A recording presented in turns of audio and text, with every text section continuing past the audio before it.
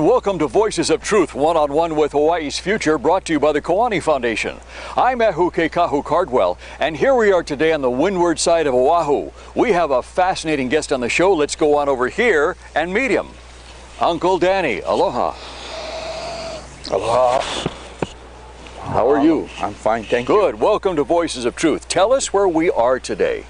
Right now we're in the Ahupua of Waiahole on the island of Oahu at a traditional Hawaiian taro farm. Wow. And the name of the farm is? The name of the farm is He Hawaiiao. And that means I am Hawaii. We named it that, not specifically for the people who are farming here, but because what my family and I and friends are trying to do is to emulate the ideals and the lifestyles that the Hawaiians had. Going back thousands of years, right? Thousands of years, so traditional way of living. Yes. And the taro or kalo Yes. was really central to that, yeah? Kalo was central. It was the staple, Yes. the major starch of their civilization, but it also is we are, as Kanaka, direct descendants of the Kalo. So we are family. So this is your relative? This is my relative. This is my elder brother. Yeah, halo. Halo Naka Lau Kapalili. Wow. Yes. Wow. It's awesome. Wow. So you are the guy that runs this place, huh? I am actually the garut. My son Hanale runs this place. I work for him. You work for him? Yes. Wow. It's one of the most exciting things I think in any parent's life journey is to create a place for their sons or their family to come into. And my wife and I, about 6 years ago, had the opportunity to farm here. My 4 sons were off doing their own thing, and about 2 years ago, my number 3 son came home and said, "Dad, I'd like to farm." So now I work for him. Isn't that great? Yeah, it's wonderful. Isn't that wonderful? Danny, can we walk over this way as we talk? Yes, please. Super. So this farm has been here for how long? Well, as Loi, it has been here time immemorial. You mean taro has been grown here for not hundreds of years, but thousands of years? Yes, prehistory. So this is an ancient taro patch. This is an ancient taro patch complex. Wow. At the base of this hill, Way over there. yes, all along the base of this hill is an ancient awai. Wow. And an awai is basically an irrigation ditch. And that irrigation ditch is what supplies the water from the river. The river, it connects to the river about a quarter of a mile up and then runs along the base of this hill and supplies the water to these terraces. So Wow. the water runs in through the top patch, into the second patch, and then into another irrigation ditch that takes it down below to the farmer bit down below. So gravity. Gravity flow, yes. 6 years ago, a very good friend of mine called me and told me that his friend was going to relinquish the lease for this land. And so it's been about 6 years. This is a 12-acre parcel, and the first 2.5 years I helped to establish and rehabilitate the lo'i down below, about 3 or 4 acres. And for the last, this would be going on the 3rd year, I've been working up here with my family. Good. So Danny, when you guys first came up here, did it look like this? Oh no. What did it look like? It at the lower section, well, even at this section, you couldn't see any of this infrastructure. The awai was totally overgrown, and there was cane grass that was about 12 or 15 feet high. Really? And very thick. Wow. So this was like just covered with cane. This was just covered with dense. Yes, very dense. You couldn't even cane walk grass. through No, it. you couldn't walk through it. My sons on weekends, if they would come home, and I and my wife, we would have to cut trails through the cane grass to find out where the ditches or any irregular ground was. Wow. So that I could drive my tractor. Wow. Because it was so thick I couldn't see anything, and I'd have to drive the tractor slowly to smash the grass down. And if there were a ditch, there would be a chance that I would huli or flip over and Flip the get tractor, crushed, yeah, right? So, so it was dangerous. It was dangerous. Slow, dangerous work. hot, Wow. crazy. Wow. It was crazy. How long yeah. did it take you to clear all this? Well, I'm still clearing actually. This is the 2nd, 3rd year I'm up here, and because part of the you know, the dilemma of being a small family farm is I can only clear as much land as I can manage. Yes. So if I went for hell bent and cleared all the land, it would regrow as I was trying to implement. So I did it in phases. I did the clearing in phases. First of all, the first phase was to just get an area clear, get water to it, and then plant taro. Because without the first planting, I would not have huli to perpetuate the next planting cycles. Yes. Huli is the seed for the next crop. The little sapling, right? Yeah. So as we're looking at the different sections, that's literally part one, part two, part three that you cleared. Yes. Wow. How long did it take you to clear each? It was pretty fast, actually. In the scheme of things, I would say I was planting taro in this first patch within 3 months. Really? Yeah. Wow. And then after the first patch, another 2 or 3 months, because once I got a feel of the infrastructure, it was easy to assume that this pattern continued up into the valley. I see. Yeah. And that the taro patch sizes, the lo'id sizes, were similar in size. So. And were they? Yes. And actually, some of the lo'is have been reconstructed by myself. Some were much bigger, and for myself and my own work ethic, which isn't that good, I imagine standing in a corner of a large taro patch by myself and looking out at a 1/4 acre of weeds. Yeah. And thinking, okay, if I'm going to weed this whole patch by myself, it's not going to happen. I'm going to get nuts by the time I reach the other side. So I ended up making some of the patches smaller, so that it's manageable by, one person can manage. Yeah. But when you went through here clearing, you were literally clearing and discovering the work of the people of old Hawaii. Yes. Wow. Yes. And I might mention that the people of old Hawaii, our kupuna, were watching me every step. Were they? Yes. If I were walking through this place or riding my tractor through this place, I would see.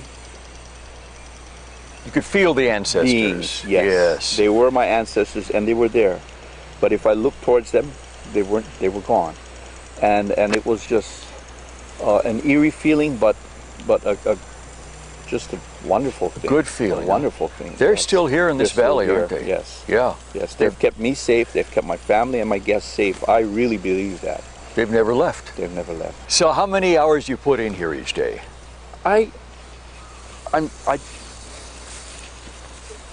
The other part of being a lucky guy, and the other side of this lifestyle, is that if I'm here or not, the taro will grow. So will the weeds. But so my day is not really measured by how many hours I put in, but the tasks that I put for myself and that I accomplish. And you accomplish. Got it. So that's how I judge my day. Because if the surf comes up, again, I'm a lucky guy. Yeah. I'm going surfing. So if I had to work on a clock, then I'd have to wait till I was done with the 8 hours to go surfing. This lifestyle, this freedom, this quality of life, this amazing lifestyle that we had here, that our ancestors had here. And hopefully I can bring people here, show them this, they will get back on the plane and go back and spread that idea of quality of life does not really revolve around the dollar and cent issue. It has a lot more to do with attitude. Life is very precious, it's very short, and if you get caught up in just judging your life by the amount of money that you've made, or the cut of your clothes, or the car that you drive, or the coffee that you drink, then you've missed it. You've missed it. Tell us why a kalo farm, a taro farm, is important today. Why is it this important to have here? Well, I think there's so many different answers to that question, especially here in Hawaii. First of all, the main answer, I believe, is going to be on the cultural side. We live in Hawaii. Haloa is our big brother. He is our family. It is our responsibility. It was also the staple of the Hawaiian people. It Taro. was their taro, taro, the corn, the root was made into poi, and it's sustained our people for thousands of years. It's almost a pure food. It's hypoallergenic, so anybody can eat it. So it's good for you. It's good for anybody. It's good for anyone. Yeah. So with that in mind, on the cultural side, it is the pico of our culture. Some anthropologists believe that it was because of this style of agriculture, the flooded lo'i, just like this one right here. Just like this, it enabled the Kanaka to grow a lot of starch, a lot of food, with very minimal effort, with very minimal interaction. Because of the water, the weeds are suppressed. Yes. And so you don't really have to go in there and do a lot of weeding. You plant, you weed, and it grows. And you get out of the way and it does its thing. Get out of the way and it does its thing. Yeah. Of course. Very smart. It's genius. Yeah. It's genius. So, Danny, are there a lot of taro patches throughout Hawaii today? Sadly to say, no. Most of our taro lands have gone fallow. Many reasons, but I think the primary reason is that the waters were not available, and then the desire to farm has diminished over the last few generations because of the idea of farming meant that you were paid very low wages because you worked for a plantation. So everybody that worked in the plantation or worked at farming 2 generations ago basically wanted to do better for their families, so they sent their kids to school. Sure. And got off the farm. Sure. So yes, very little taro production going on currently in Hawaii. What is this right here? Look at this. This is something different, huh? Yeah, this is a new project that we're taking on. One of my sons, Ikaika, has been going to school to get a degree in aquaponics. Aquaponics. Wow. And so he came home one day and he said, "Dad, somebody wants to give me 1,000 golden carp." And just like that, within a week, I had to make him a pond. For the 1,000 golden carp. Well, it turned out that the guy ended up selling most of it and brought 200. And here they are. And here they are. Wow, look at that. And honestly, as a Hawaiian, yeah, as someone who is trying to stay as close to my responsibility to my aina, my ecosystem, my kupuna, this was a hard decision for me. Why? Because these are invasive. They eat the opai, they eat the baby oopu, they eat the hihivai, they eat my kupuna who belong in this ecosystem. So these fish are not native to Hawaii. They're not native to Hawaii. But they eat the things that are native to Hawaii. Things that are native to Hawaii. Yes. So that's why it was such a hard decision for you. It was difficult. Our ancestors adapted. They did. They took the knowledge and the best tools that were given to them and they used it. This is a source of protein. It is the technology of the day. It is an adaptation. It is an adaptation. It's very sad to say that the opai and the hihivai are in very limited stock in this ahupua'a here. That being said, should I be introducing something that will diminish it? Oh wait, I cannot answer that. And again, it's still a difficult issue for me, but it brings one more of my sons to this aina to interact with us, and it brings again an idea that we need to adapt. Wow. That we can adapt. The general public do not know that in Hawaii we are the largest producers of genetically modified corn seed in the whole world. Whoa, stop right there. In Hawaii? In Hawaii. The largest producer of genetically modified corn seed in the world. In the world. Wow.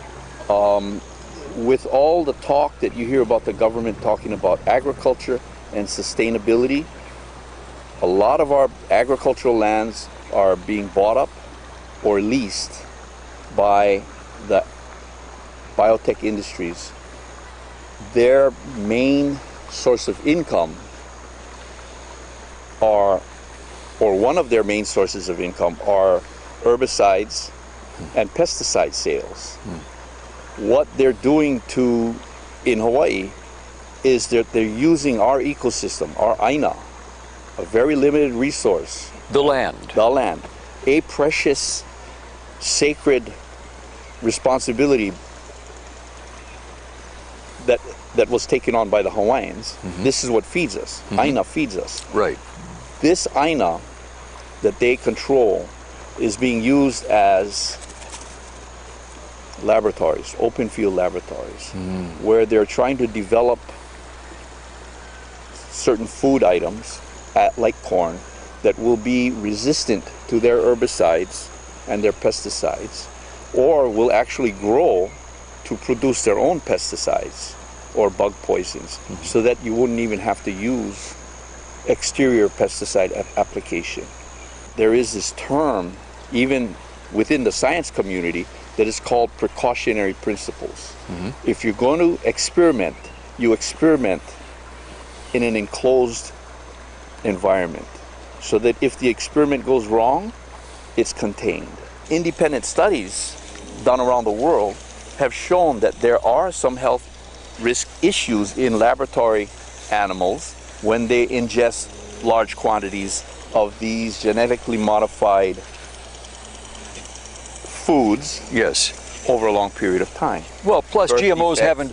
haven't been around long enough to really have the track record of whether it's harmful or not. And what you talked about just now, the track record, labeling, the proponents of labeling are saying that if you label it, then you can start a track record. Because if we don't know what is in the food, there is no real way of telling. There is no track record. There is no track record. And that's exactly what they want. That's exactly what they want, the biotech industry. Yes. They don't want a track record. Right, right. So your farm here really is the antithesis of all that stuff, because this is known. This has been around for thousands of years. The track record goes way back. And the track record is very, very good, and very healthy for not only Kanaka Maoli, Hawaiian people, but any human being. Most people, I mean, when I tell someone that I grow taro, they go, there's two things that they usually say. Oh, I love poi, or oh, I hate poi. To me, that's one of the big problems with, or one of the main reasons why this product, taro, is not being promoted as an agricultural crop. Because in Hawaii, it's seen as a niche market. Poi, that's it. But that's just one of the many things. Yes. Taro is eaten in Africa, in Asia, throughout the Pacific as a staple. It is an important food. Danny, how many different ways can you eat taro? Probably. Well, I know that you can make poi. Right. I know you can eat it as table taro. Just boil it, cut it up. You can put it substitute it for potatoes in potato macaroni salad. You can. A good friend of mine, Danny Anthony, is really experimenting. He pounds taro into pai'ai, lets it ferment for a day or two so it gets this nice, lovely flavor, puts it in the ice box, and then he'll take it out of the ice box and cut it like cheese and roll it out and make lasagna out of it. Really? And make fish turnovers. Well, he'll get some poke and put it and roll it up and fry it in olive oil. So I know they're making flour out of it. I've heard that the pastry chefs say it can be made into a very high quality flour. So really, the uses and ways you can eat and cook taro, it's endless, isn't it? Endless. It is the healthiest food you can get. Yeah. There are a lot of my friends are athletes, high, big wave surfers. They want taro. They want taro. Wow. So what do you think the future of taro farming is? I think it's bright. Do you? I do. Wow. If you cut through the misinformation that our government is putting out there, cut through that, what they're calling sustainability and what they're calling agriculture, And if the people can get organized, if the labor unions can realize that, hey, pounding nails are a part-time job, a very low short-term job, 3 to 5 years on a job site, if they can organize and demand that their rank and file be given large tracts of agricultural land so that they can build their houses at 2 to 3 acre parcels where their kids can live with them and their grandkids can live with them, and they can die and be old there with cheap, affordable rent, and create the co-ops, dryland taro, wetland taro, corn, potatoes, anything can be done. But we as people, we have to start realizing that agriculture is not a second-class job. And so, you know, personally, I don't want to limit the idea of agriculture to taro. What you say, though, is interesting because you can only, this is an island. This is an island. So you can only build so many houses on an island. But, or freeways, or rails. Right, or anything. But right. when you come to taro or any type of farming, it's cyclical. It goes on and on. There is no end to it. As long as you're aware of the right of the Aina to live, let it rest. Don't spray it with the poisons. Don't throw the chemical fertilizers on it. I'm fertilizing this field right here by growing grass and mowing the lawn. So the grass cuttings break down, the worms get in there, the bugs get in there, they eat, they get happy, they make babies, they make fertilizer, and then I'll plant. And that way this Aina is alive. I really believe I'm the luckiest guy in the whole world. I really believe it. I'm not very young anymore. I still have my health. I've been given this opportunity late in life to understand who I am as a Hawaiian, my responsibility to my ancestors, and my responsibility to the generations that follow me. And that all came through Haloa. And so my daily regimen is just to thank Akua for giving me this opportunity to really have a complete life, to have a family that interacts together, a wife who showed me the way through patience and love, and then I come to the taro patch.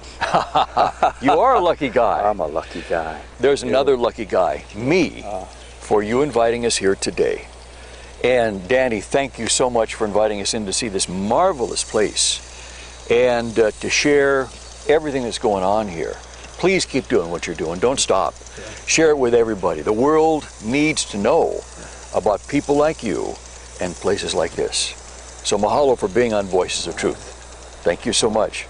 And to our viewers, mahalo to you for joining us on this special edition of Voices of Truth One-on-One with Hawaii's Future. Remember, you can watch us on the web on voicesoftruth.tv.com 24/7.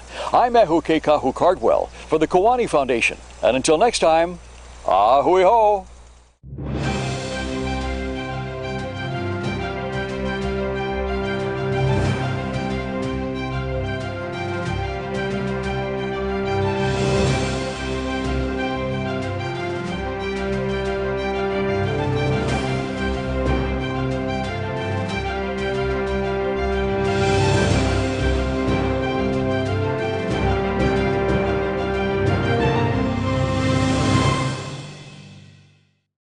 Mahalo for watching Voices of Truth One-on-One with Hawaii's Future. Watch us on the web 24/7 at voicesoftruth.tv.com. You'll find all our shows, including this one, in case you want to see it again or share it with family and friends. Also view our weekly video commentaries at freehawaiitv.com. And check out our blog, published daily, at freehawaii.info. It's all part of the Free Hawaii Broadcasting Network.